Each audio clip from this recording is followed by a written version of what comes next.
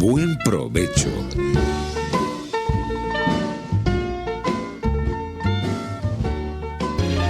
Diáspora y ambiente con Tomás Páez y Fernando Jáuregui. Buenas tardes, querida audiencia global. Como de costumbre, todos los viernes a esta hora en la emisora pionera de la radiodifusión venezolana, Radio Caracas Radio, la emisora que se ve rcr750.com. En la dirección general de la estación se encuentra Jaime Nestares, en la gerencia de producción Willy Zarcaya, en la producción Carla Sons, en los controles José Gregorio González y en la conducción Fernando Jáuregui y este servidor Tomás Páez. Antes de presentar a nuestro invitado, que además es especialista en el tema de ríos y sobre todo los ríos de los llanos, tiene un montón de trabajos y publicaciones. Antes de presentarlo, algunas cosas. Yo me imagino que Fernando va a decir algo también con el tema del Ávila. Las amenazas que hay sobre el Ávila son muy preocupantes, llama a uno a la cordura, a la sensatez, a cuidar esa montaña de oro que es de los pocos espacios verdes que tiene nuestra región capital. Lo ocurrido ayer en Pacaraima, donde una asamblea de ciudadanos en Brasil, en el norte de Brasil, por donde están llegando los venezolanos expulsados, que huyen y que buscan opciones de vida en el sur de Venezuela. Bueno, están tensas las relaciones y hay que buscar mecanismos, hay que llamar a la sensatez en Brasil, pero también a que nuestros representantes en Venezuela y en el mundo se ocupen de este tema, ¿no? Digamos, no dejar que se nos vaya de la mano y buscar soluciones. Por otro lado, el servicio público. Tenemos que anunciar tristemente la muerte de un gran y querido amigo, muy capaz, un demócrata a toda prueba, Emilio Noguel, miembro del Grupo La Colina, muy querido, una persona muy sensata, muy sosegada. Pero también queremos utilizar el servicio público. Mucha gente la que está necesitando este disparo del COVID ha generado muchos problemas, nuevas enfermedades, imposibilidad de ser cubiertas por los seguros privados, por los seguros como el universitario, por ejemplo. Tenemos el caso de Luis Manuel Sculpi, que necesita recursos. Está el de Alexander Luzardo, que también profesor ecologista a toda prueba, ha sido diputado y que no pueda atender su enfermedad, de verdad que llama preocupación. Tenemos el caso de nuestra profesora del CENDE, que está cumpliendo 60 años el CENDE, nuestra profesora Nelia Arenas, que necesita también recursos. Bueno, Elías Santana, Henry Gómez Alberti, por favor, lo que puedan, cualquier bolívar, cualquier dólar, cualquier euro es bienvenido para esta campaña. Las pueden ver en nuestras redes. Bueno, esto es así como la información antes de presentar a nuestro invitado. Fernando, no sé si tú quieres decir algo con el tema del Ávila, porque de verdad que es un asunto muy preocupante. Sonido.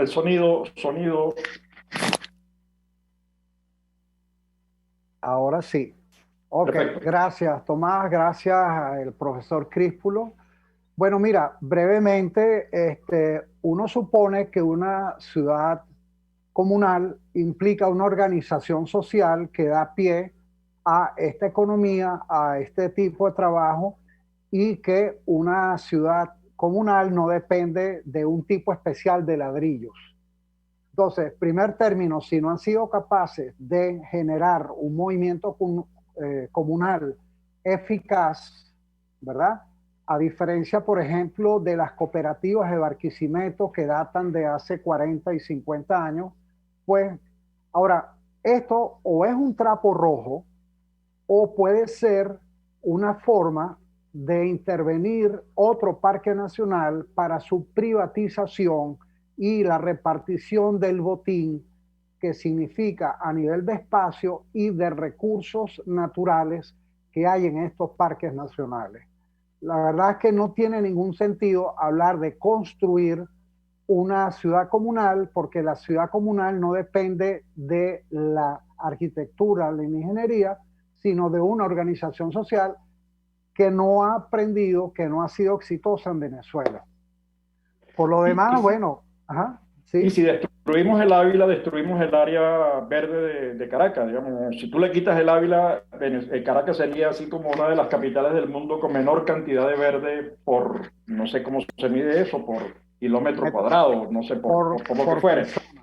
Claro, pero más grave que eso, ¿verdad? En un momento donde el cambio climático está castigando de la manera que está castigando, y si usted no cree en el cambio climático que nos está viendo, piense que Naciones Unidas acaba de informar que 10 millones de personas mueren anualmente por enfermedades relacionadas al CO2 que absorben los bosques, las montañas como el Ávila, y que la cantidad de dinero que le pudiéramos asignar nosotros, por ejemplo, a los servicios ambientales como la producción de oxígeno, de agua, el mantener fresco el Valle de Caracas, ningún gasto en construcción o en ningún otro proyecto jamás van a ser ganancia comparada con la pérdida inclusive monetaria que sería dejar de recibir esos servicios monetarios, esos servicios ambientales. Bueno, tenemos con nosotros al doctor Crípulo Marrero.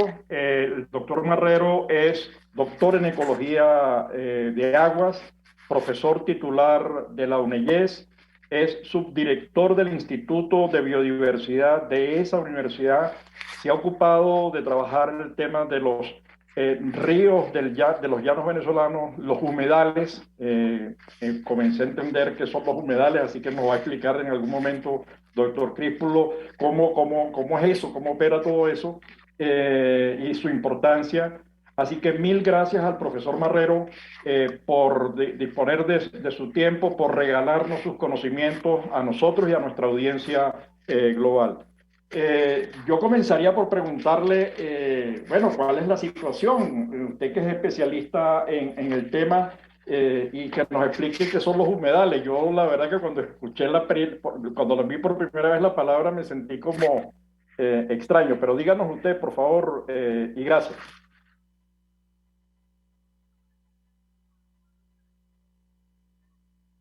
Doctor Marrero, ¿nos escucha? Doctor Marrero. Bueno, mientras... ok. Bueno, seguimos con el internet inestable. El profesor Marrero ha buscado todas las fórmulas para estar conectado. Si les cuento, se van a sorprender. Doctor Marrero, por favor.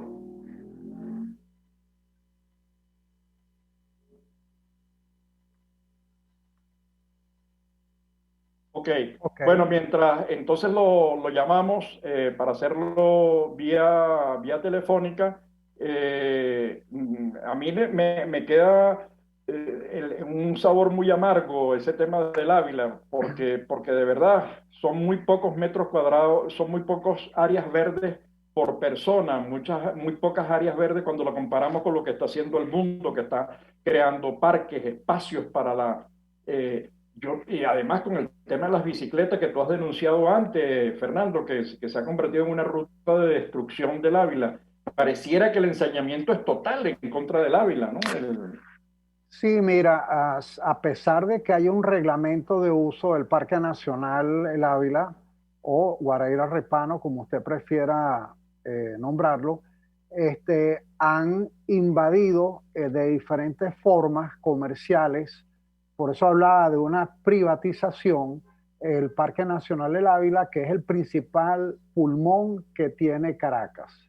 Y no solo Caracas, porque el Ávila da también para el Mar Caribe.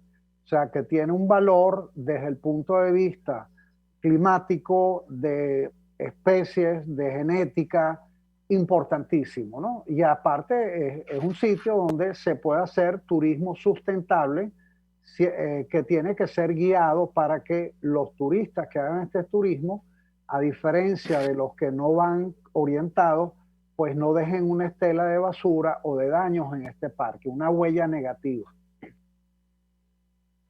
Me está llamando el doctor Críspulo porque tenemos problemas de conexión a internet. Aló, profesor, que le dejamos una pregunta para que nos responda, que es, bueno, ¿qué son los humedales? ¿Cómo están los ríos de los llanos venezolanos? Porque por allí está llegando mucho desecho, mucho sólido, muchos residuos de construcción. ¿Cómo está eso?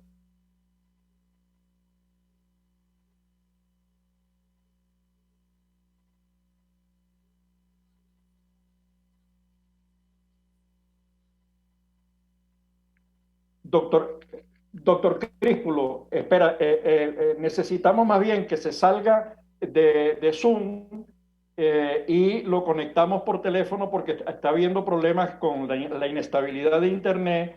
Vamos a hacerlo básicamente por teléfono porque por Internet va a resultar imposible. Entonces la productora lo va a llamar para seguir conectados y dejarles la pregunta para que usted nos responda y nos ilustre sobre este tema.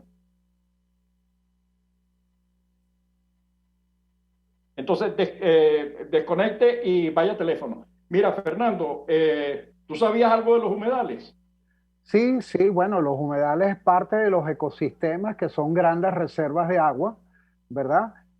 Lamentablemente, la avidez de ese mal llamado desarrollo humano en muchos casos llama a secar los humedales y de esta manera se disminuyen las fuentes de agua, ¿no? Entonces, los humedales son una parte vital del equilibrio ambiental porque son grandes reservas de agua y de biodiversidad. Allá existe una biodiversidad muy valiosa.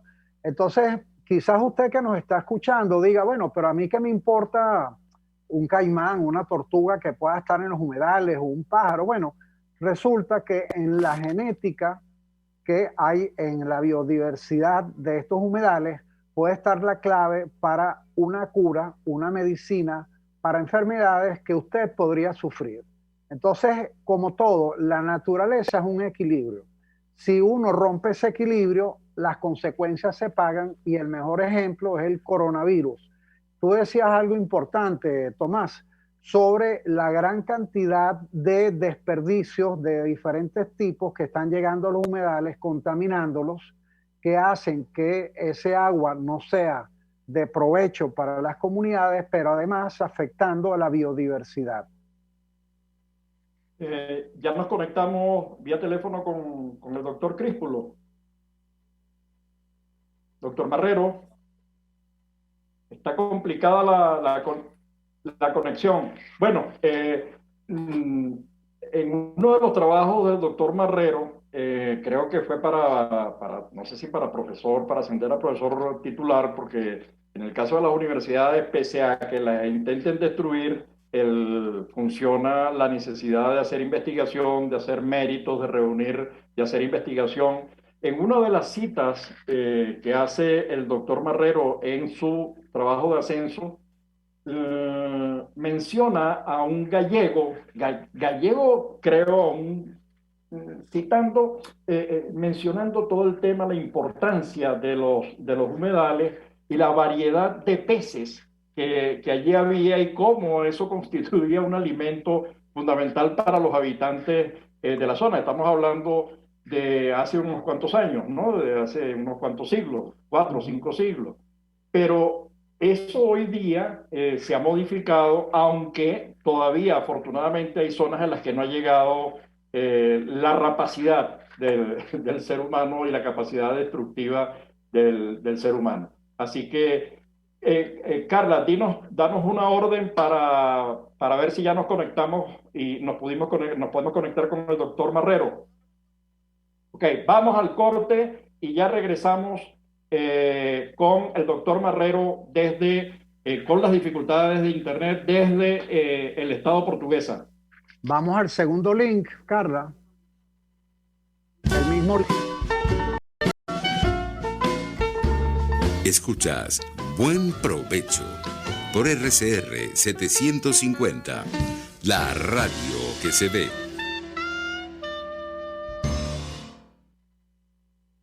Sintonícenos a través de Periscope, @RCR750, la radio que se ve. Mis amigos, quiero hablarles de Bilab Biodiagnóstica, un nuevo laboratorio clínico con un concepto original.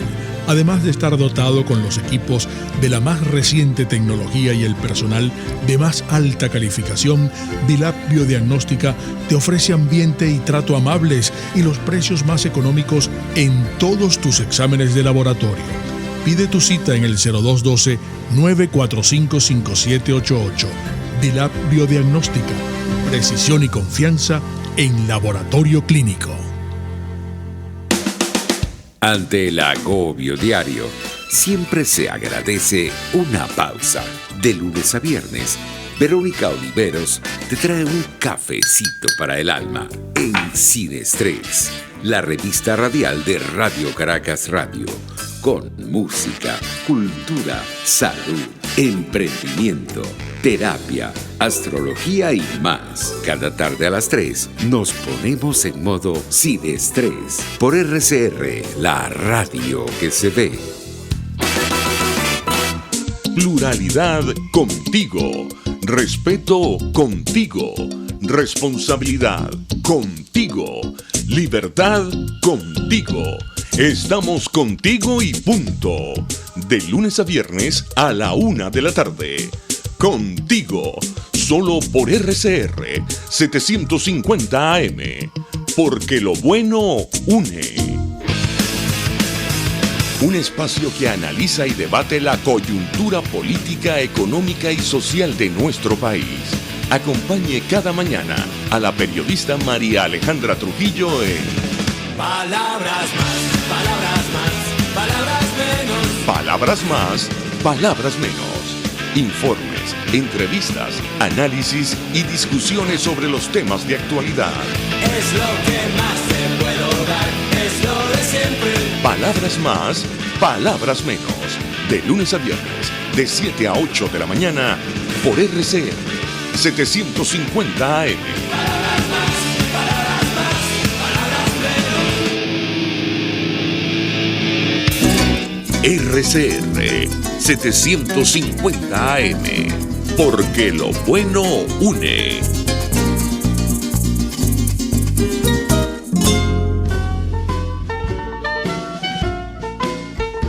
Análisis, opinión, entretenimiento y mucho más. Escuchas Buen Provecho por RCR 750, la radio que se ve. Bueno, ya de regreso pudimos conectarnos con el doctor Marrero, así que le repetimos la pregunta al doctor Marrero, que nos hable de ese trabajo que él ha venido haciendo. Tiene un montón de publicaciones, un montón de investigaciones, además se conoce que maneja el dato, han hecho trabajo de campo en serio en los ríos de los llanos venezolanos, que nos eche el cuento de cómo están los ríos en Venezuela, de qué son los humedales, de cuál es su situación actual, cuáles son sus problemas. Doctor Marrero, es todo suyo el micrófono.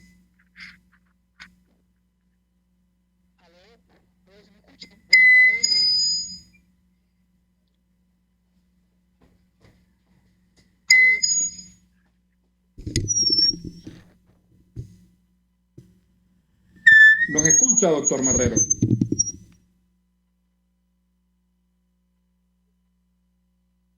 Bueno, seguimos con el tema.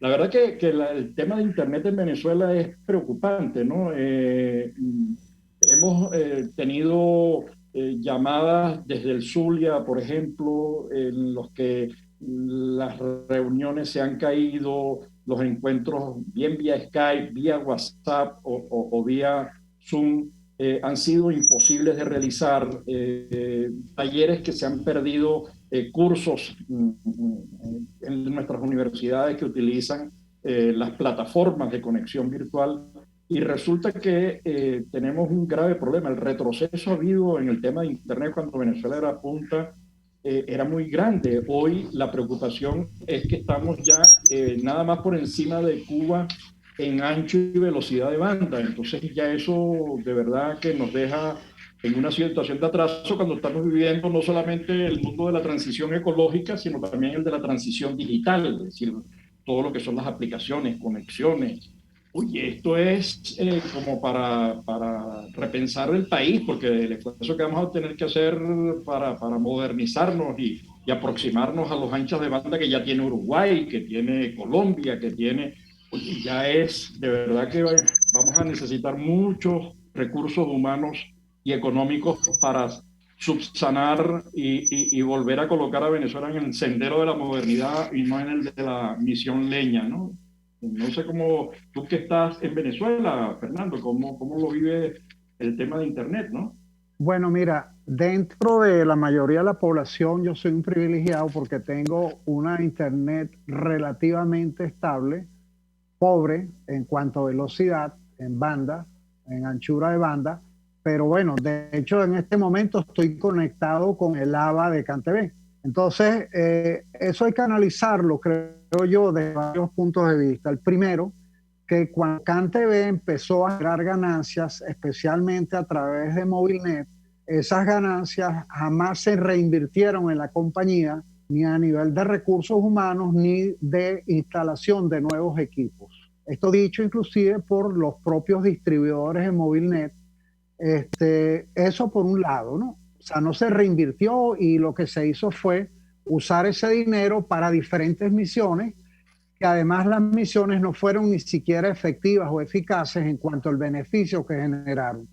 Por el otro lado, yo de manera suspiciosa me pregunto, ¿no será esto una táctica de molestar a los usuarios, sobre todo a la gran mayoría de Venezuela, que utiliza para denunciar y quejarse todos los problemas del país, y es una forma de boicotearlos? Esta es una buena pregunta, pero vamos a ver si ya logramos conectarnos con el profesor Marrero. Le dejamos la pregunta, creo que él la escuchó, para que él aproveche y nos responda.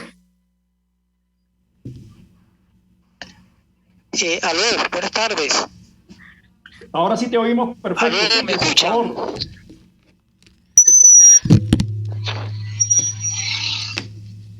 Dale. Hable, profesor. Bueno, mientras la verdad que el problema técnico es severo, pero en todo caso, estábamos hablando del tema Internet y lo estamos sufriendo en este momento, y creo que esta es una prioridad de cualquier gestión de liderazgo político, social, económico, porque es que todos vamos a necesitar Internet. Internet no es un servicio para unos pocos. Internet es un servicio social, está cambiando la vida, es la educación, es la banca, es la conexión, es las visitas, es las reuniones, es la investigación, digamos, es el mercadeo. Ya los canales de comercialización están hoy en red, es Internet, es la programática. Digamos, esto es una necesidad, esto no se puede pensar como esto es de un lado o de otro, ¿no? Entonces, profesor Marrero, ya. Vamos, hable, profesor. Ok, buenas tardes. Muchas gracias por hacer esta invitación.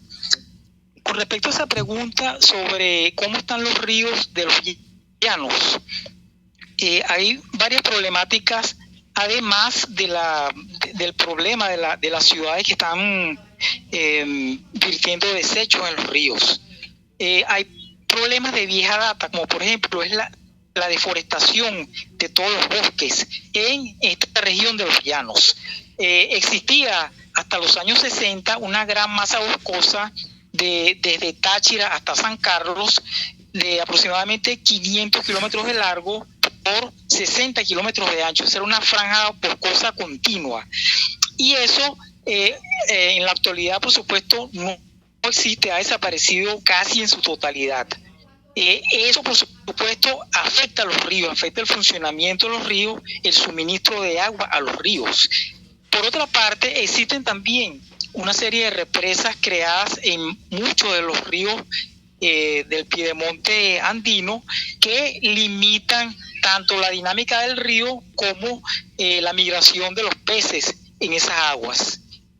Y por otra parte, existen también, por supuesto, como ya decía al comienzo, ciudades relativamente grandes como Barinas, Guanare y algunos poblados que tienen deficiencias en sus aguas para sus aguas servidas y son colocadas en los ríos.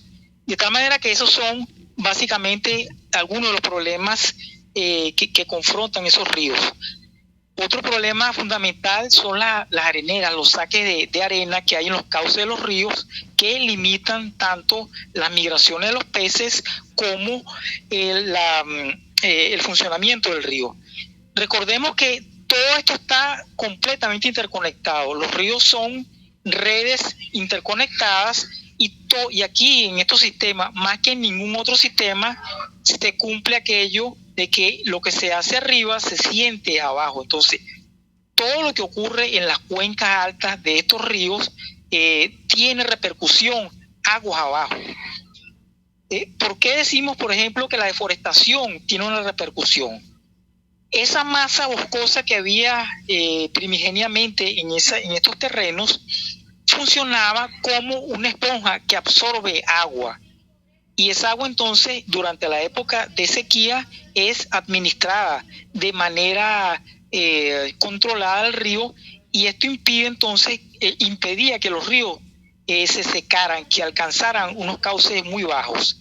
Por el contrario, durante la época de lluvias, estas masas boscosas impedían que todo el agua se fuera al cauce, digamos, de un solo golpe. Y eso ahora no ocurre. Entonces, por eso ahora vemos que hay grandes problemas de inundación en algunos poblados. Se inundan cosechas, poblados, etcétera, con pérdida, inclusive pérdida de vidas humanas. Entonces, esta problemática de la deforestación ha sido una de las más graves y es lo que tiene una gran incidencia en los ríos. Ahora, doctor Marrero, abro fuego. ¿Cómo aborda uno ese tema? Porque usted ha trabajado el río, conozco de sus trabajos en el río Turbio, en Santo Domingo, han hecho unos análisis preciosos, digamos, científicamente, para alguien que no conoce del asunto, le suena, se ven como estudios muy robustos, con mucho dato, con mucha prueba. ¿Qué es lo que hay que hacer? Porque lo que nosotros hemos visto en el programa es que cada vez que entrevistamos a alguien conocedor dentro o fuera de Venezuela de la situación de los ríos del país, es alarmante. ¿Qué es lo que hay que hacer? Que usted que tiene experiencia y que ha trabajado en equipos con otros investigadores, que dirige un centro dentro de la Universidad de los Llanos, ¿qué se puede hacer? Ok, ¿qué podríamos hacer? Digamos, aquí esto es una problemática que debe abordarse desde varios ámbitos, cada quien, digamos, en su ámbito de responsabilidad. Por ejemplo, alguna gente divulgando esta información para crear conciencia sobre la situación. Otro ámbito es la educación en escuelas, en universidades, en liceos, etcétera. Otro ámbito somos nosotros los técnicos recopilando la información científica, y el último eslabón es la política legislando, o sea, creando las normativas para, digamos, evitar, por ejemplo, la deforestación en la margen en contacto con el río. Nosotros tenemos ahorita que prácticamente todos los ríos, ninguno de ellos tiene un bosque de galería suficiente, y eso por supuesto, incide en el mismo río. Y es una gran pérdida porque hay que ver la cantidad de gente que depende de los ríos para navegar, para tomar agua, para regar sus sembradíos, para pescar. ¿Ve? Hay muchísima gente en esta zona que depende de los ríos. Entonces, el abordaje, repito, debería ser desde todos esos ámbitos. El ámbito de divulgación, educación, investigación y, por otra parte, algo muy importante, quizá lo más importante, la legislación, es decir, tomar las medidas para entonces ir protegiendo los pocos relictos boscosos que quedan, aumentando los relictos boscosos, haciendo una ley, digamos, contundente para repoblar nuevamente las márgenes de esos ríos y de esa manera entonces tratar de al menos paliar un poco la situación que existe con todos estos ríos. Fernando, ¿usted no va a hacer preguntas? Y bueno, quería comentar en base a lo que él decía, que es bien interesante y es parte de lo que nosotros en Ecoprácticas tratamos de difundir en nuestro programa de educación ambiental. Por ejemplo, existen una serie de leyes que ya deberían de impedir que suceda la deforestación. Estoy de acuerdo con el profesor de que es necesario la restauración de bosques, ¿verdad? O reforestación, como ustedes prefieran nombrarlo. Pero para eso, más que una ley, pienso yo, lo que hace falta es que, por ejemplo, el Ministerio del Ambiente, INPARQUES, alcaldías, gobernaciones, cumplan con el mandato que ya existe. Ahora, la restauración de bosques, de vegetación, de biomasa vegetal, es indispensable para recuperar en alguna medida, porque, a ver, esto tiene un doble efecto. Esta destrucción de los ríos que nos habla el profesor Críspulo genera una migración de personas que ya no pueden vivir, como él nos explicaba, de los ríos ni los humedales. Entonces esta gente se va moviendo hacia las ciudades, agravando más la huella ecológica de las ciudades. Entonces, bueno, esto, como vemos, además agrava la situación de cambio climático en la cual Venezuela cada vez está aportando un poco más. Creo que vamos para el corte ahora, ¿verdad? Vamos para el corte y volvemos en el segundo link. Hasta ahora. Vale. Análisis, opinión, entretenimiento y mucho más. Escuchas Buen Provecho por RCR 750, la radio que se ve. Puedes seguirnos en nuestras redes sociales. En Twitter, @RCR750, la radio que se ve. De costa a costa, cada semana, usted podrá ser parte del sentimiento varguense que inundará la señal de RCR, el Pitazo en Vargas. Acompaña a Luis López en el recorrido por la ruta de la actualidad informativa en el litoral. Comentarios, denuncias, reportes de tránsito y cómo están las playas. Información de primera mano de todo lo que ocurre en el estado Vargas. El Pitazo en Vargas, todos los domingos, a partir de las 8 de la mañana, por RCR 750 AM. Hola, les saluda Alfredo Yuncosa y los invito a acompañarnos a Con Seguridad Radio, el programa pensado en la seguridad de los ciudadanos y las organizaciones.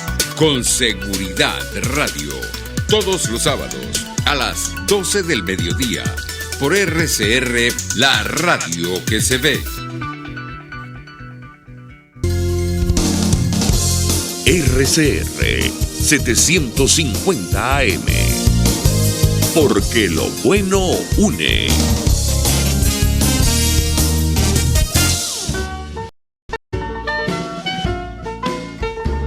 Usted escucha Buen Provecho por RCR 750, la radio que se ve. Bueno, ya de regreso a nuestro último segmento del programa, Diáspora y Ambiente en Buen Provecho. Estamos Fernando Jáuregui y este servidor, Tomás Páez, con el doctor Críspulo Marrero. El doctor Críspulo Marrero es doctor en ecología de aguas, digamos, es un tema que conoce, repito, tiene unas cuantas publicaciones e investigaciones blindadas en portugués en los ríos de los llanos venezolanos. Profesor titular de la UNIES, es subdirector del Instituto de Biodiversidad de esa universidad y ha trabajado, por supuesto, el tema de los llanos venezolanos. Yo quería, él hace en algunos de sus textos referencia a los inmigrantes, a los primeros inmigrantes que llegaron, creo que es en el trabajo sobre Guanare, y el tema de Mesopotamia, que al final es una tierra entre ríos, ¿no? Para mí es importante saber cómo ve el tema de la recuperación de esos ríos. Uno, ¿son recuperables en cuánto tiempo? ¿Y cuál es la posibilidad y cuál es la necesidad de que participen con recursos financieros, humanos e incluso con tecnologías, la cooperación internacional y los integrantes de la diáspora, esas 6 millones, casi 7 millones de venezolanos que están fuera? ¿De qué manera pueden participar? ¿Cómo lo ve él? Si ve alguna posibilidad de participación y cuál sería. Doctor Marrero.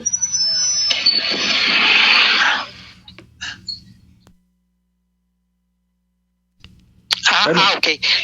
Bueno, mire, la participación, digamos, internacional, la participación de financiación puede ser a través de los proyectos. Existen, por ejemplo,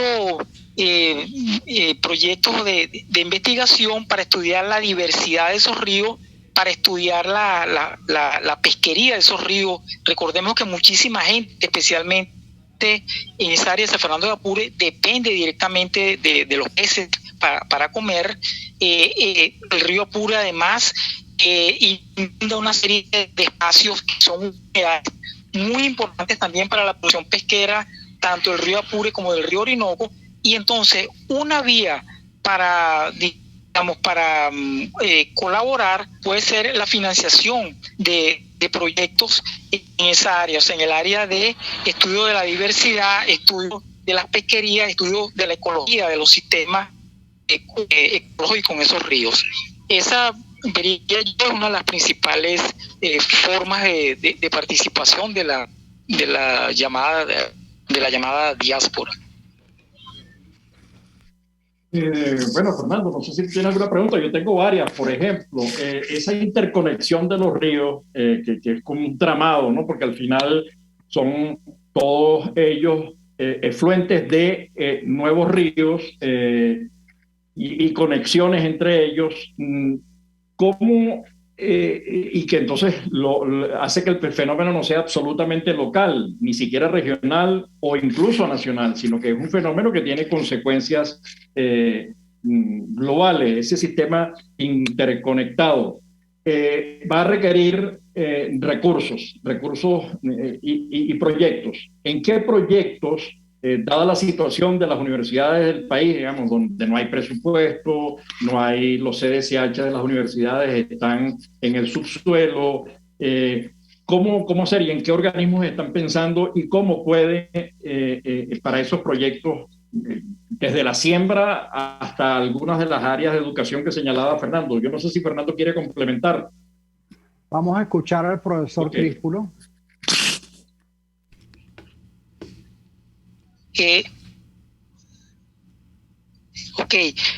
Bueno, el área fundamental, como yo decía, tiene que ver con el estudio de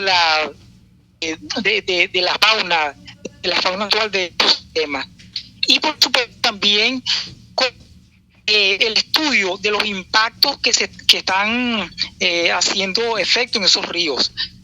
Como yo les decía, además de ese grave impacto que en este momento determina que los ríos durante la época de sequía prácticamente, muchos de ellos, de los ríos Piedemonte, prácticamente se secan, y por el contrario, durante la época de lluvia llevan un caudal de agua exagerado. Entonces, una posible fuente de financiación es estudiar ese fenómeno, proceder, no solamente estudiar, sino proceder a la restauración de esos bosques de galería, de esos sistemas de vegetación, de manera que se regularice entonces el caudal de agua, o sea, que no sea muy bajo la sequía y no sea exageradamente alto durante la lluvia.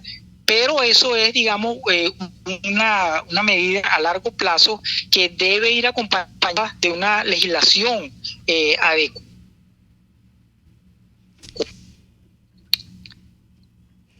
Aló. Ok, legislación. Has insistido varias veces, Críspulo, en el tema de la legislación.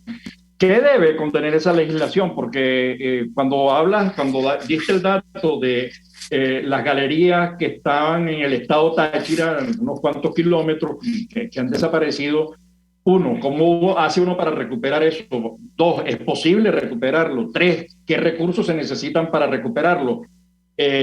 Cuatro, ¿quiénes son los enemigos de esa recuperación? Digamos, ¿contra qué cosas hay que...?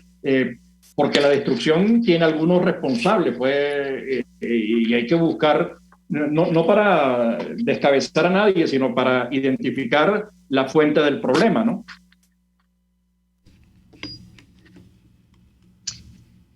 Ok, fíjense, la normativa actual, tengo entendido, protege una franja de 300 metros desde la orilla del río hacia adentro. Y en esa franja no se puede talar, está prohibido talar árboles maderables, etcétera, y debe existir una cierta protección. Sin embargo, bueno, esa normativa no se cumple acá.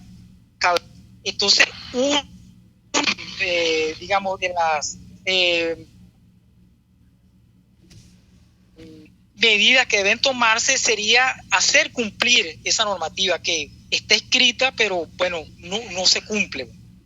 Entonces, 300 metros, ojalá fueran más metros, pero ya por lo menos 300 metros, esa franja de 300 metros de lado y lado de un río puede servir para hacer un trabajo de reforestación, y eso puede tener un efecto beneficioso para el río en el corto plazo. Pero repito, eso habría que hacerlo cumplir de manera bastante estricta. Ahora, si no se cumple, si no se ha cumplido hasta ahora, ¿por qué habría de cumplirse después? Digamos, ¿cuáles son las razones que explican? Porque hay leyes que son buenas leyes que no son factibles, y una ley que no es factible es una ley falsa. Ahora, no es factible, ¿por qué? No es factible porque no hay quien la ejecute, no es factible porque no hay sanciones, no es factible porque, bueno, detrás de eso hay corruptelas, aprovechar espacios para, no sé, construir cualquier cosa. ¿Por qué razones? Porque si no construimos una legislación que es una carta al niño Jesús, pero sin consecuencias prácticas, porque no es posible ejecutarla, ¿no?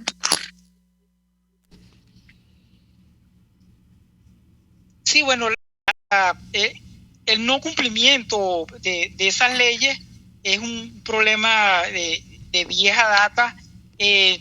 Distintas administraciones han hecho esfuerzos mayores o menores para hacerla cumplir, pero esa es la única vía. Algo que yo siempre veo cuando me hablan de la diáspora es que muchos de los que están fuera en este momento en otros países están viendo de cerca cómo se leyes, cómo que en España se habla de la investigación de la ciencia de los picos. O sea, se hace muchísimo caso a los datos que nosotros recopilamos, nosotros los científicos, digo.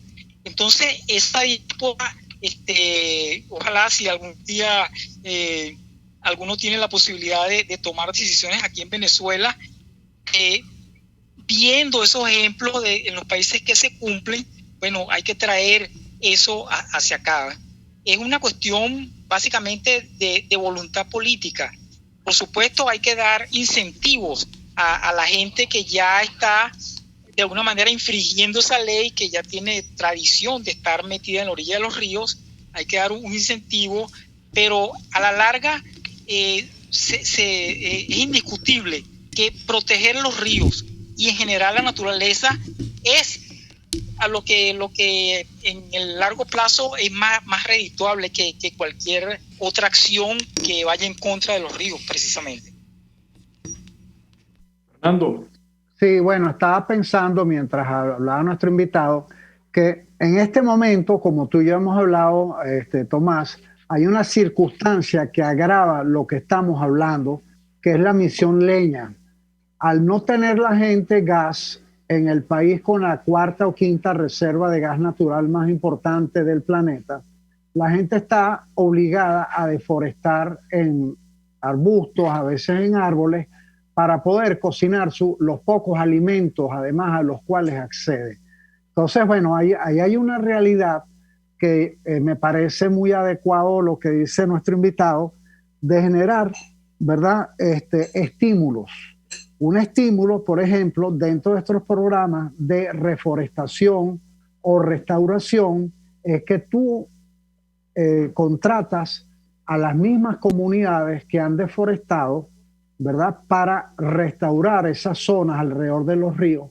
Y esto es un mecanismo que funciona. Hay muchas pruebas, muchas experiencias exitosas, que además llevan incluido un elemento de educación ambiental práctico, porque en la medida que ellos van reforestando lo que ellos mismos destruyeron y se dan cuenta, como decía el invitado, que es más redituable mantener esos servicios ambientales que destruirlos, bueno, ahí se conjugan una serie de elementos. No sé qué piensa usted, profesor.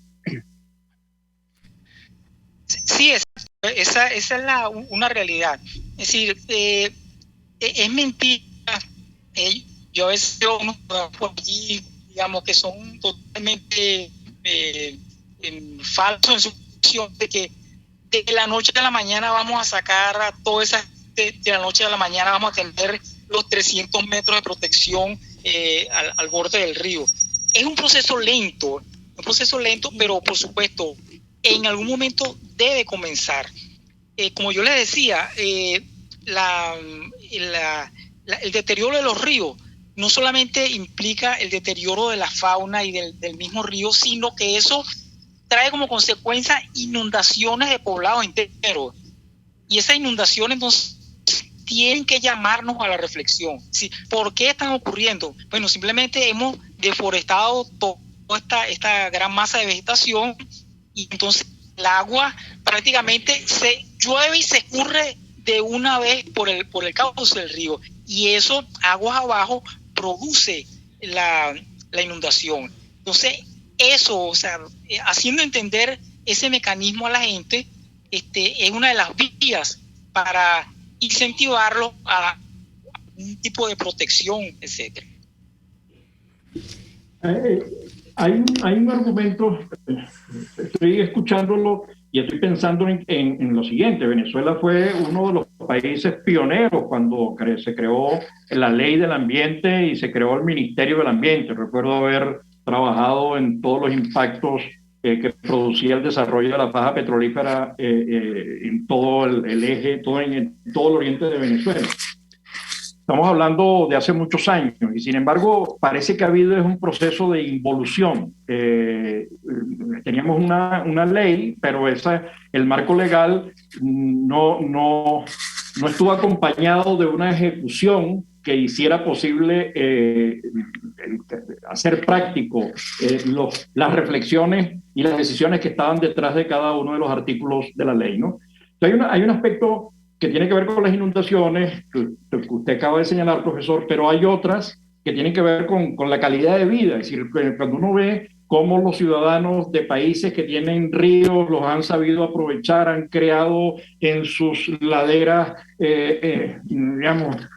centros de encuentro, cafés, etcétera, conviviendo con... Uno se sorprende y cuando uno empieza a pensar en los ríos venezolanos, en el Manzanares, en el Neverí, en el Guaire, en el Apure, en el Santo Domingo, o las cosas que nosotros hemos con nuestros entrevistados escuchado, del lago de Maracaibo, que está, que se requiere un esfuerzo sostenido de recuperación, requiere como una decisión política de Estado muy grande. Pero además requiere un sistema judicial del que no tenemos. Cuando estaba viendo el segundo informe de la comisión de expertos, lo más parecido al río Guaire como cloaca es el sistema judicial venezolano. Entonces uno se sorprende, dice, bueno, ¿a quién le estás dando la posibilidad de actuar cuando sabes que está en peores condiciones que el río Guaire? ¿Aló? Sí, usted ha dicho la palabra mágica, la continuidad de la gestión. En estos programas de restauración se ha visto en muchísimos países. No vale la acción puntual y por un lapso. La acción debe ser continua, debe ser, tal como usted lo ha dicho, un programa de Estado, o sea, un programa con una visión a muy largo plazo. Y entonces es ahí donde hemos fallado, ¿sí? Sí, yo reconozco que han habido programas interesantes que ojalá yo rezaba porque se dieran muy bien, mas no se han dado. Desconozco realmente las causas, pero la palabra mágica es esa, la continuidad. En el momento que nosotros, digamos, como venezolanos, adquiramos esa visión de continuidad, esa visión de largo plazo, entonces vamos a comenzar a resolver los problemas, no solamente los problemas de los ríos, sino una cantidad de problemas que tenemos en otros ámbitos. Fernando, ¿te ibas a decir algo? Sí. Otro problema adicional que tenemos en Venezuela es que el propio Estado es uno de los mayores infractores de las leyes que están establecidas, tanto en la Constitución como las leyes particulares sobre el ambiente. Entonces es muy difícil que en un Estado que es totalmente contradictorio a su prédica y que es uno de los principales afectadores del ambiente, vayamos a tener algún tipo de oportunidad legal, porque es así. Ahora, todo esto, como decía nuestro invitado, esto requiere un trabajo largo y sostenido. Ahora, hay que ver a la hora de que hubiera un cambio político, si la alternativa que llega al poder tiene esta claridad, porque fíjate lo que pasa. La gente que pretende cambiar de proceso político está apostando de la misma manera los modelos desarrollistas que son los que nos han llevado a esto.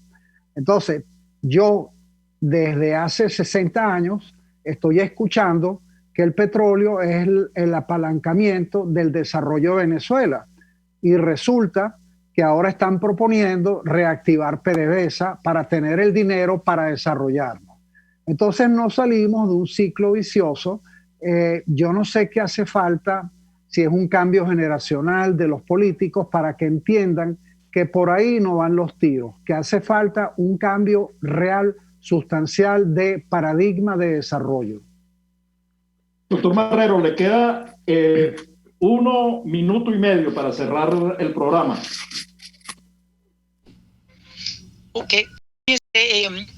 La persona que me precedió dijo una palabra que digamos, una palabra vital que debemos tener en la mente en todos los venezolanos. Y nosotros en este momento, la generación de este momento está en puerta de hacer una entrega intergeneracional. La pregunta es, ¿qué le vamos a entregar nosotros a nuestros nietos? ¿Qué agua va a tomar mi nieta? ¿Qué agua van a tomar, digamos, la futura generación? ¿Qué país le vamos a entregar? Entonces, ese cambio intergeneracional, esa herencia intergeneracional debe llamarnos a la reflexión y no es poca cosa. Debemos, digamos, machacar eso en la cabeza sobre qué país queremos dejar. A mí me causa a veces... lo digo, me quita un poco el sueño pensar que mi nieta va a decir, bueno, ¿qué era lo que pensaba mi abuelo cuando estaba destruyendo el país como lo destruyó? Y eso fue lo que me dejaron. Entonces, eso debemos reflexionar profundamente sobre eso. ¿Qué vamos a dejar al futuro? Doctor Marrero, con esas preguntas ya estamos, creo que sobrepasados de tiempo. Con esas preguntas creo que son clave.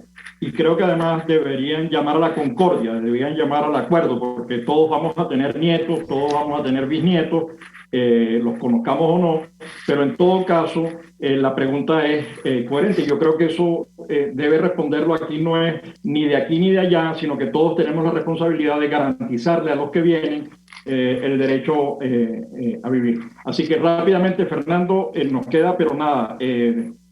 Bueno, primero agradecerle a RCR, a Tomás y a nuestro invitado el tiempo y todo lo demás. Y a usted, si quiere participar de la campaña contra esta ciudad comunal, le invitamos a seguir @ecoprácticas en Twitter y Ecoprácticas en Instagram, porque allí tenemos una serie de campañas en contra de que esto pase. Hay que hacer ruido, hay que hacer masa crítica.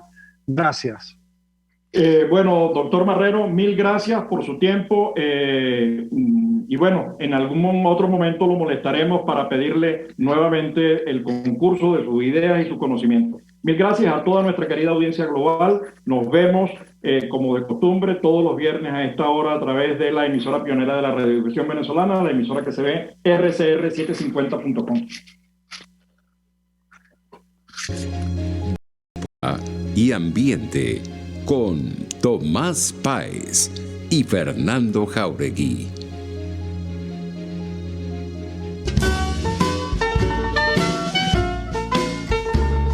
RCR presentó Buen Provecho. Síganos en Twitter como @RCR750, la radio que se ve. RCR presentó